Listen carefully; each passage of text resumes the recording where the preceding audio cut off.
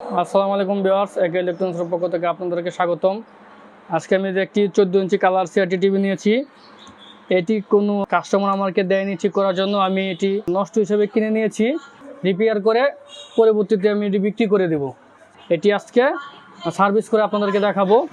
আমি এই AC কেবলটি connection করলাম এবং রিমোটে আমি এই যে ওপেন বাটনে চাপ দিয়ে দেখবো টিভিটি কি আগে ওপেন হয় নাকি অন্য সমস্যা। পাওয়ার বাটনে চাপ দিতেছে কিন্তু টিভিটি ওপেন হচ্ছে না। লাইটের দিকে ক্যামেরাটা ধরি, তাহলে দেখুন ভিউয়ার্স, এই লাইটটি কিন্তু জ্বলছে আর নিভছে, ব্লিঙ্ক করতেছে। অতএব ভিতরে ইনপুট সেকশন বা আউটপুট সেকশনের প্রবলেম আছে। সো ভিউয়ার্স, টিভিটিকে এখন আমি খুলে দেখবো কি সমস্যা। আপনারা ভিডিওটি না টেনে পুরোটুকু দেখুন।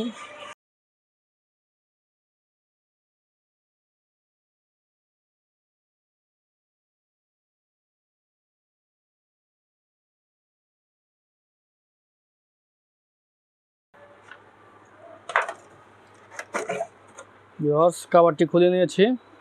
দেখুন এটির ভিতরে কত ময়লা।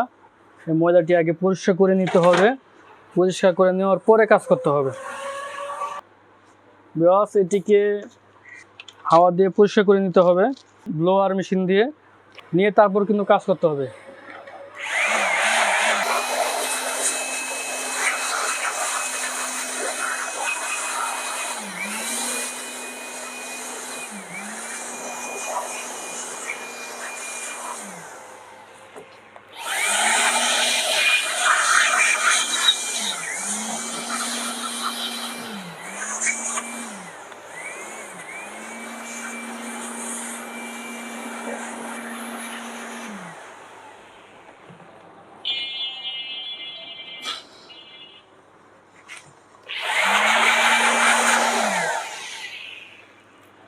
দেখুন ভিউয়ার্স, এটি কিন্তু প্রায় অনেকটা পরিষ্কার হয়ে গেছে।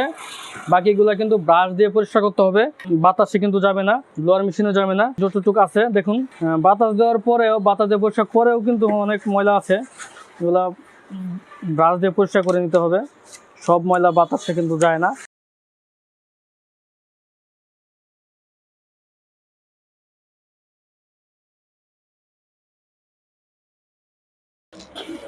ভিউয়ার্স দেখুন, এই সার্কিটটি মোটামুটি ফ্রেশ বললেই চলে। এটি মনে হয় না যে কাজ করানো হয়েছে বেশি, দেখে মনে হচ্ছে যে কোনো কাজই করানো হয় নাই। এটি খোলা ফার্স্ট, সেন্সরটি খুলে নেব আগে।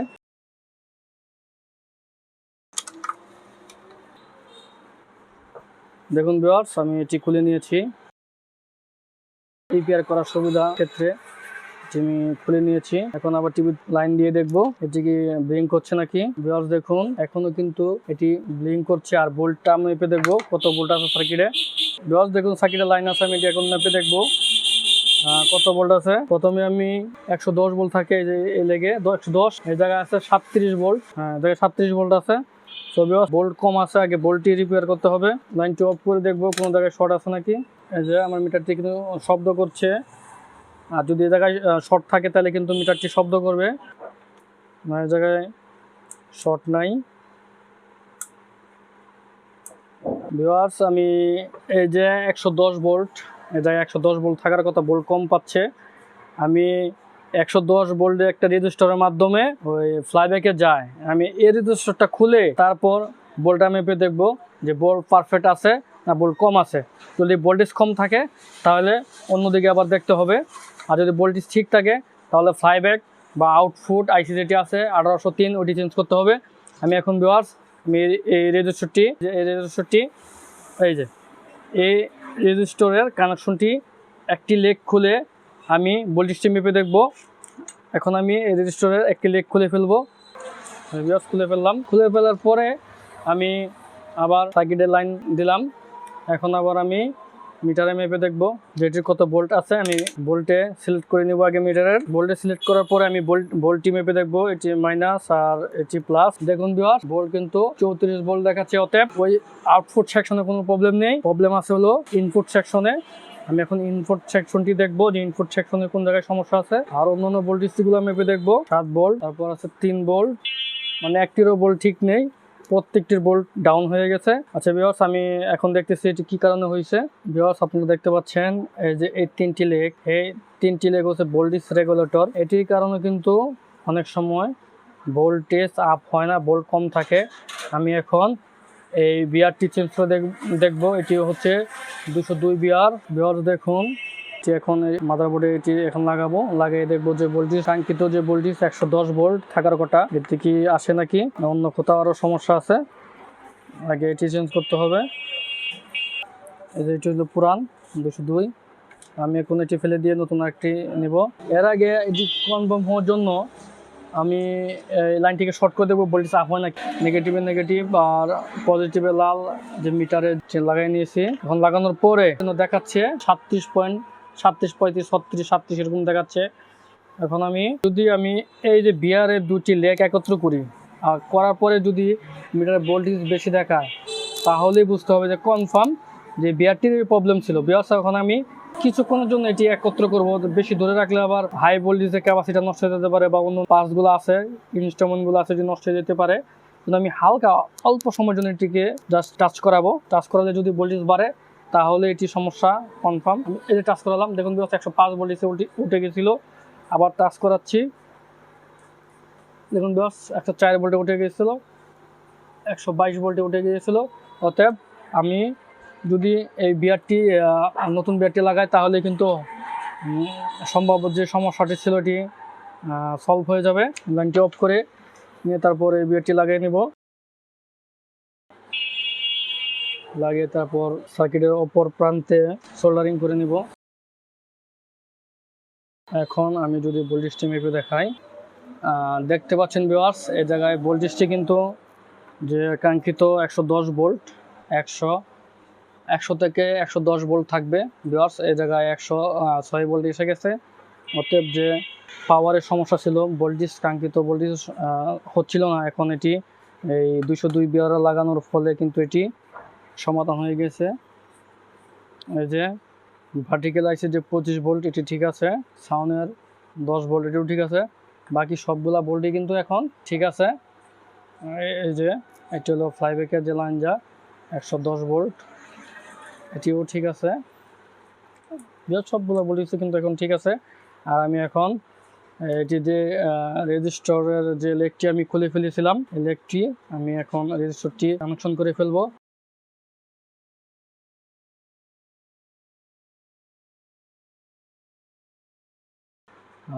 সলভ হয়ে যাওয়ার কথা। এখন আমি আবার পাওয়ার দিব সার্কিটে, দেখবো ফ্লাইব্যাকের যে এসটি এটি আসে নাকি। আর লাইট কিন্তু জ্বলছে, নিভছে না। বাস এটি লাগানোর পরে কিন্তু ধোঁয়া ছুটছে। সম্ভাব্য যে এই ক্যাপাসিটারটি আছে, এই ক্যাপাসিটারটি নষ্ট হয়ে গিয়েছে। বিকজ এটি প্রচুর গরম, এই ক্যাপাসিটারটিও চেঞ্জ করতে হবে। 250 ভোল্ট 10 মাইক্রোফায়ার। দেখুন বিকজ এই ক্যাপাসিটারটি কিন্তু দেখা যাচ্ছে ফুলে গেছে। আমি এই ক্যাপাসিটারটিও চেঞ্জ করে নিব। আমি একটি নতুন ক্যাপাসিটার নিব, 250 ভোল্ট 10 মাইক্রোফায়ার, 250 ভোল্ট 10 মাইক্রোফায়ার। এটি আমি এখন ওইটি পুরানটি খুলে নতুনটি লাগাই নিব। আপনারা দেখতে পাচ্ছেন ক্যাপাসিটারের যে এই লেগটি, দেখুন নতুন আরেকটি ক্যাপাসিটার লাগিয়ে নিব।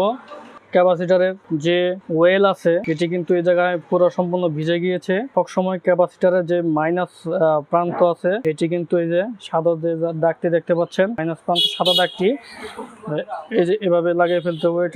এটি ম্যাচিং রেখে ক্যাপাসিটার লাগাতে হবে।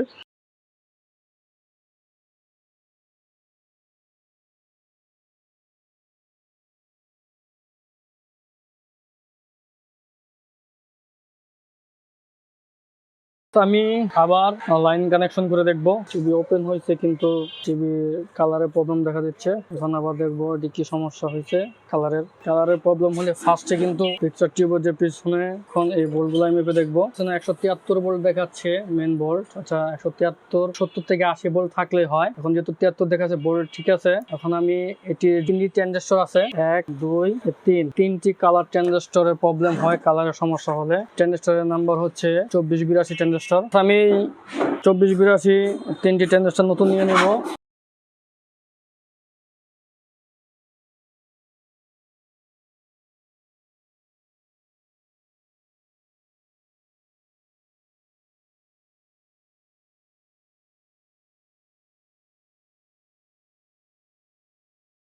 তিনটি ট্রানজিস্টর আমি নতুন নিয়ে নিয়েছি।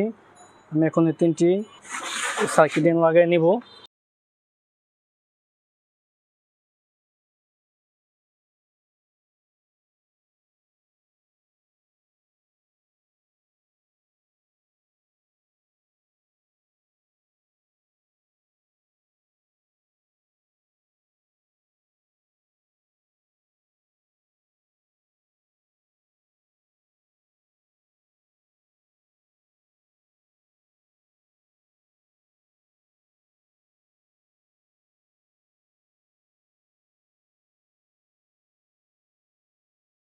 লেগগুলা কেটে নেব।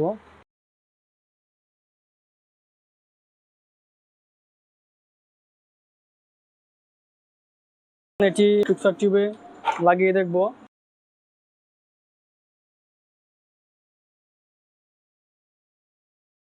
আমি লাইনটা আবার সংযোগ করে দেখব। এটি হচ্ছে গ্রিনের কেবল। গ্রিনের কেবলে যদি আমি হাত লাগাই তাহলে কিন্তু গ্রিন কালারটি আসতেছে।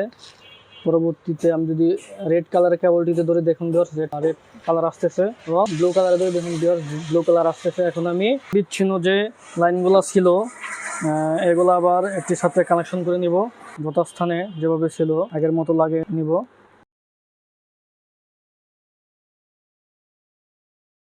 দেখুন ভিউয়ার্স এখনো কিন্তু কালার আসতেছে না। অতএব এই জায়গায় যে কালার থাকার কথা, কালারের যে বোল্ট এগুলো মিসিং আছে। দেখুন ভিউয়ার্স এই জায়গায় আরও লেখা আছে এই যে আর এই যদি আমি ধরি দেখুন কোনো ভোল্টেজ দেখাচ্ছে না, 6067 দেখাচ্ছে। তারপরে যদি আমি জিতে ধরি তাহলেও কিন্তু কোনো বোল্ট দেখাচ্ছে না। আবার আমি যদি বিতে ধরি এতেও কোনো বোল্ট দেখাচ্ছে না। ভিউয়ার্স এগুলা 2 থেকে 3 বোল্ট দেখাবে, কোনোটিতে কোনো বোল্ট দেখাচ্ছে না। জেনারেল ডায়োডগুলো যদি শর্ট হয়ে যায় তাহলে কিন্তু বোল্ট না গেলে এটি কালারটি আসে না। আমি এখন তিনটি যে জেনারেল ডায়োডের লেগ আছে আমি এটি উঠিয়ে ফেলবো।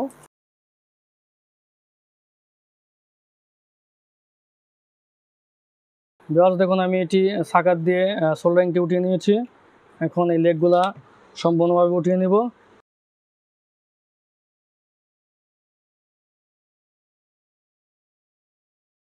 এই জেনারেটরের লেগগুলো উঠানোর পরে আমি আবার ভোল্টেজটা মেপে দেখবো যে ভোল্টেজ আসে নাকি। টিভিতে লাইন দিয়ে নিয়েছি, আবার মেপে দেখবো। তারপরে কিন্তু 2 ভোল্ট করে দেখাবে, এখনো কোনো ভোল্ট দেখাচ্ছে না। ভিউয়ার্স ঠিক কালার যে প্রবলেম এর জন্য কিন্তু আমি কালার যে আইসি গুলা বা ট্রানজিস্টর আছে এগুলো চেঞ্জ করছি 2482 এবং যে জেনারেটর এগুলো আমি কিন্তু লাইন ছুটিয়ে নিয়েছি, কিন্তু এরপরে কিন্তু কালার আসতেছে না। যে মেইনলি যে প্রবলেম লাস্ট যেটা প্রবলেম এটি কিন্তু তাহলে যেহেতু এগুলা চেঞ্জ করার পরও আসতেছে না, এজন্য আমার লাস্ট ফাইনালি যেটাই এটি হলো যে আপনারা দেখতে পাচ্ছেন আইসি সিস্টেম আইসি, যে আইসি চেঞ্জ করা লাগবে। দেখুন এটি হচ্ছে 8873। ফাইনালি এখন এটি চেঞ্জ করব, কারণ আপনারা যখন সম্ভবত অনেকগুলা পার্টস চেঞ্জ করার পরেও যদি যে কোনো সমস্যা হোক যদি সলিউশন না হয় তাহলে কিন্তু যে সিস্টেম আইসি টি আছে এটি চেঞ্জ করতে হয়। আমি এখন তাই করব, এই সিস্টেম আইসিটি আগে রিমুভ করে নতুন একটি আইসি বা অন্য একটি ভালো আইসি লাগিয়ে নিব।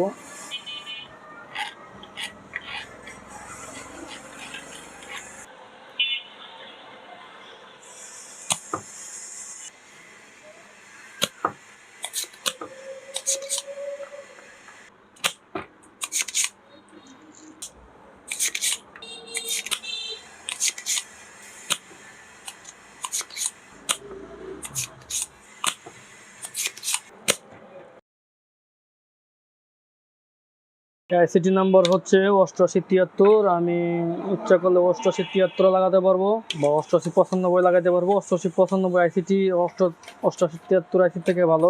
আইসিটি খুলে ফেলেছি, এখন আমি আরেকটি আইসি নিব।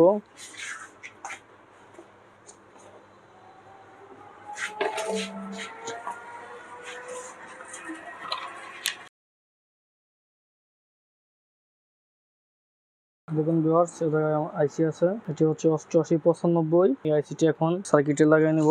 আইসির যে এই যে কাটা অংশ আছে এটির সাথে এই জায়গায় যে দাগ দেওয়া আছে আইসির মাপে, কাটা অংশটি সেটি লাগাইতে হবে।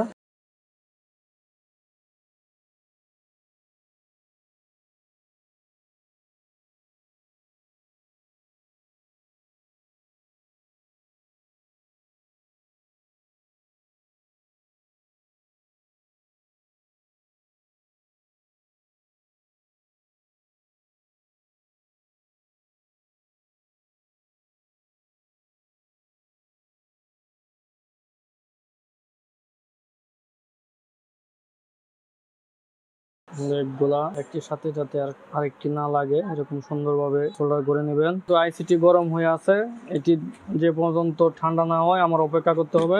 ঠান্ডা হওয়ার পরে আমি টিভিতে লাইন দিব। প্রায় 5 মিনিট পরে আমি আবার টিভিতে লাইন দিতেছি, কারণ আইসি গরম থাকা অবস্থায় যদি আপনার টিভিতে লাইন দেন তাহলে আইসিটি নষ্ট হয়ে যেতে পারে। আমি এখন টিভিতে লাইন দেব। ভিউয়ার্স, আপনারা দেখতে পাচ্ছেন পর্দাটি সুন্দরভাবে কিন্তু এসে গেছে, কিন্তু এটি এই সাইডে ব্লু কালার আর এই সাইডে কিন্তু গ্রিন কালার দেখা যাচ্ছে। এটি পিটিসি বা ডিগাজিং কয়েলের কারণে হয়। আমি এখন দেখবো এটি পিটিসি, আর এটি এখনো পিটিসি লাইন কিন্তু দেওয়া হয়নি। পিটিসি লাইন দিয়ে দেখবো, যদি এটি ঠিক হয়ে যায় তো হয়ে গেল, না হলে দেখতে হবে আর কোনো জায়গায় সমস্যা আছে নাকি। ভিউয়ার্স দেখুন, এটি হচ্ছে যে পিটিসি লাইন। আমি পিটিসি লাইনটি সংযোগ করে নিলাম। টিভিতে আবার লাইন দিব। হ্যাঁ ভিউয়ার্স, লাইটটি যেহেতু জ্বলছে সেহেতু পিটিসি কাজ করছে হয়তো বা। দেখুন এখন কিন্তু ফুললি যাচ্ছে, যে সমস্যাগুলো ছিল সেটি এখন সলভ হয়ে গিয়েছে। ডিশের লাইনটি দেবো। দেখুন এটি কিন্তু আসছে আর চলে যাইতেছে। আমি এখন এটি অটো টিউনিং করে দেখব। ভিউয়ার্স, আপনারা দেখতে পাচ্ছেন যে এক এক করে সব কয়টা চ্যানেলে কিন্তু আসতেছে, কালারিংও ঠিক আছে। তো ভিউয়ার্স, আমি এখন টিভিটিকে ফিটিং করে ফেলবো।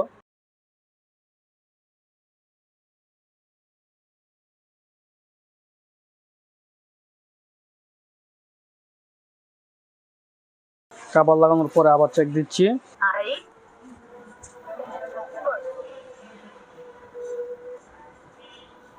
ভিউয়ার্স, আমি আগে বলেছিলাম যে এটি আমি নষ্ট হিসেবে কিনেছি। এটি আমি এখন ঠিক করার পরে আবার বিক্রি করে দিব।